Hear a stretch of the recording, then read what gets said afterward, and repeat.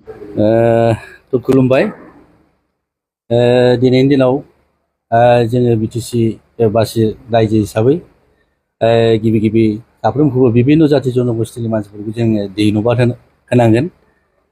जोङो बिपिएफ राजनितिक दोलो हिसाबै फैगौ 4 तारिख नै गाबोन सानसेनि उनावहायनो दरं उदालगुरि आरो क'क्राझार समस्तियाव बिपिएफ राजनितिक दोलोनि जे बिजाथि बे देरहागोन बा देरहानाया निर्घात।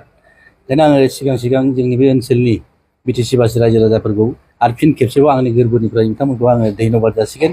बिथांमोना जोंनि केन्डिडेटखौ सहाय खालामदों होननानै जों मिथिबाय बा सहाय खालामदों, देरहागोन 100% देरहागोन। बे 4 तारिखनि जेब्ला बाक्सुआ खेङो होमबानो जोङो बेखौल' बाखि होननानै जों दिनै साननो हायो।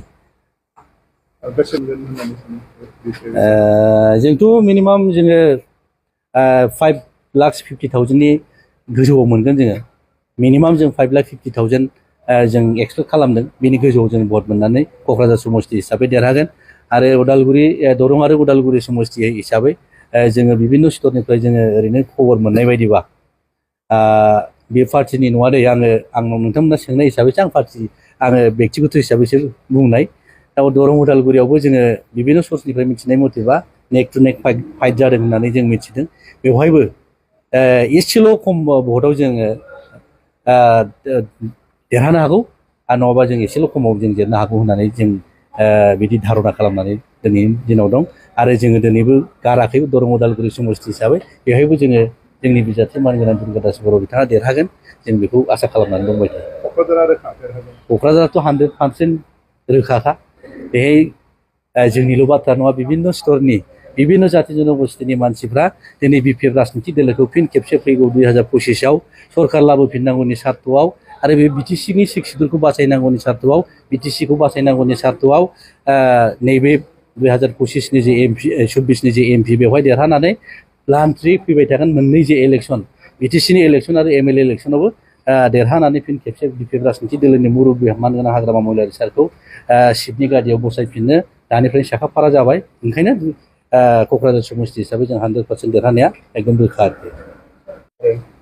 दाब दाब जायगायाव सानफ्रोमबो मेल मिटिं खालामबाय थानाय मा हिसाबै बिपिएफ राजनितिक दोलो हिसाबै बिभिन्न जायगायाव बा बिभिन्न जायगानिफ्राय बा थांनाय गोबाव सम 2005निफ्राय जे इलेक्सन, बेनिफ्राय बिपिएफ राजनितिक दोलोखौ बिभिन्न जाति जनगोष्ठीनि मानसिफ्रा जोंखौ गोबानानै लाखानाय।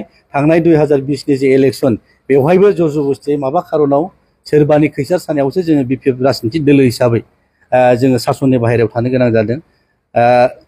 एबारबो हाजार इउपिपिएलनि नेता बा बिजेपिनि दैदेनगिरि बिथांमोना जोंनि बे ओनसोलाव बिराद गिदिर गिदिर नेताफ्रा बेवहाय केम्पिं खालामफैबाबो बे ओनसोलनि रायजो राजाफ्रा बिथांमोनखौ आखुवालि खालामनानै लायाखै। मानोना इउपिपिएल, बिजेपि आरो जिएसपि बे बोसोरथामनि जे सासन खालामनाय बेवहाय बे ओनसोलनि रायजो राजाफ्रा गासिबो बुजिजोब्बाय। बिथांमोना बे ओनसोलनि मोजांनि थाखाय, बिटिसिनि मोजांनि थाखाय, बे ओनसोलनि रायजो राजाफोरनि थाखाय, बे ओनसोलनि जाति जनगोष्ठीफोरखौ सुरक्षित लाखिनांगौनि थाखाय बिथांमोना कमप्लिटलि फेलियर जादों। ओंखायनो थांनाय जे एमपिनि इलेक्सन बिसायख'थि बेवहाय बिभिन्न जाति जनगोष्ठीनि मानसिफ्रा दोलै दोलै जोंनि बिपिएफ राजनितिक दोलोआव भट होदों होननानै जों रायजो राजानिफ्राय फिडबेक मोनदों। ओंखायनो क'क्राझार समस्ति हिसाबै जों देरहागोना एकदम रोखा आरोखि।